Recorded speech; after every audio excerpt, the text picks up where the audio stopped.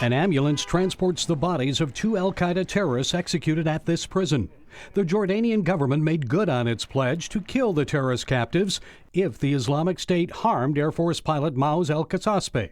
It took the action after a gruesome video appeared on the internet this week, showing the caged Jordanian pilot being burned to death by ISIS militants. The video is too graphic for us to show you, but it sparked outrage and protests throughout the Jordanian kingdom.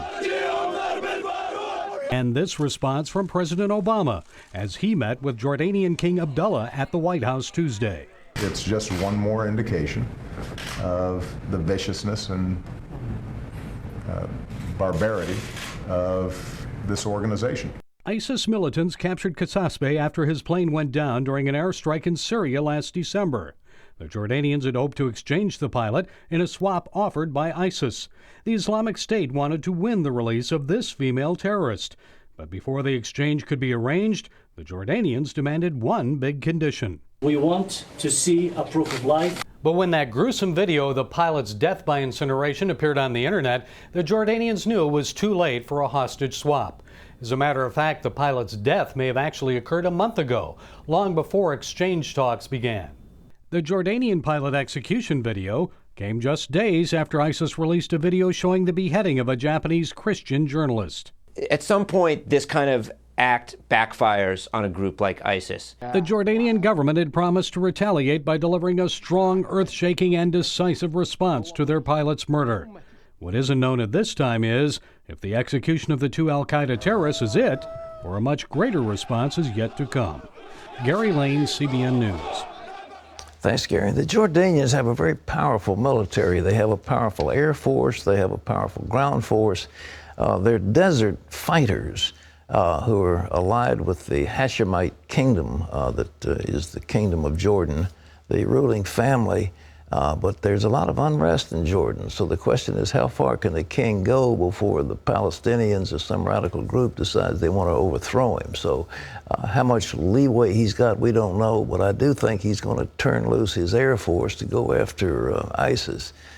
Well, our CBN News terrorism analyst, Eric Stakelbeck, is joining us now from Washington. And Eric, why would a organization put out a video that's clearly going to inflame and energize their enemies?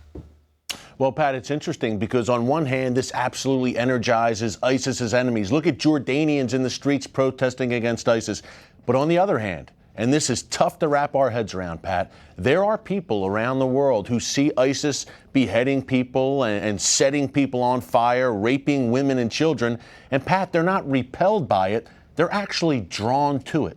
I know it sounds crazy to people, but we have thousands and thousands of recruits from right here in the West who continue, after all the beheading videos, after the burning video yesterday, they will continue to flock to the Islamic State. They are drawn to this kind of sadistic violence, especially here in the West. Pat, look, we've been raised on a culture here over the past several decades of violent movies, video games, torture, bloodshed in everything we watch. It's almost people have become desensitized to it, and they see what ISIS is doing, and they think it's a cool thing, all this blood, gore, violence, and conquest. But the main thing is ISIS is winning. They are expanding their territory, and success plus this gore and this sadistic violence breeds attraction to many, many radical Muslims around the world.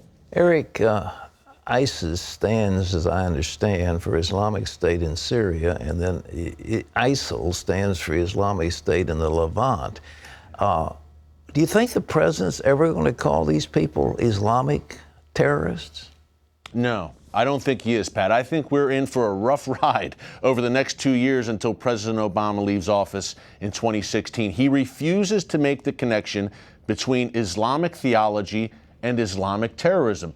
This organization is called the Islamic State. That should tell you all you need to know. And look, Pat, you and I have discussed here in the history of Islam, there is a long history of conquest and jihad. President Obama doesn't seem to want to acknowledge that. And it's actually, at this point, Pat, it's actually, the American people are not stupid. I mean, when he comes out again and again and say this has nothing to do with Islam, no Islamic connection whatsoever, the American people are kind of on to the game right now. They see what's going on. They see the litany of bloodshed and severed heads, and they're kind of making the connection, especially since 9/11, that something might be wrong here within Islam. Now, the great thing, Pat, would be if moderate Muslims who oppose jihad and Sharia would step up in large numbers and oppose this. But so far, sadly, we're not seeing that in any kind of major way.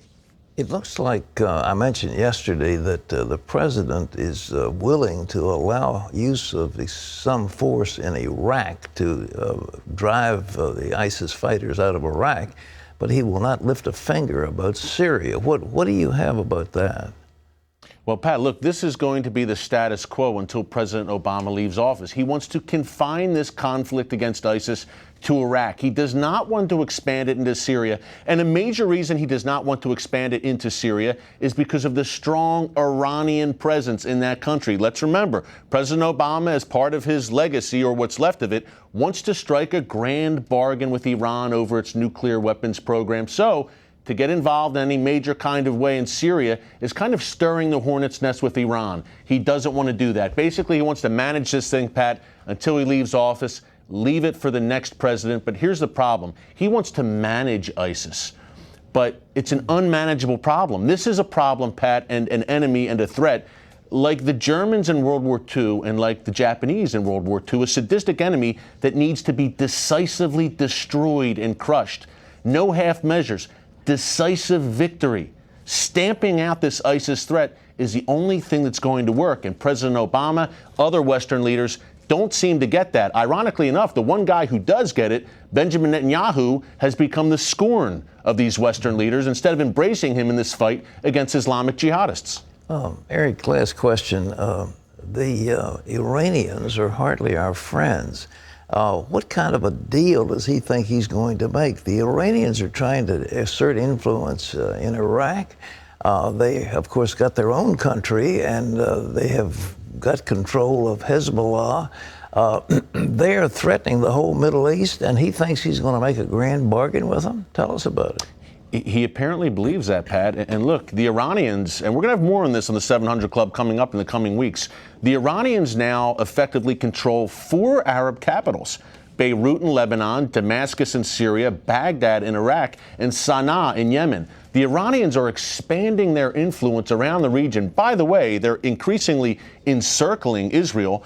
But President Obama believes that these are reasonable chaps and that he can strike a grand bargain with them over that Iranian nuclear weapons program. Basically, Pat, he seems willing and ready to basically hand the keys to the Middle East over to Iran while we evacuate. At the end of the day, Iran continues to be the world's #1 state sponsor of terrorism. That has not changed. The Iranians are working with everyone from Hamas, Hezbollah, obviously, the Taliban, al-Qaeda.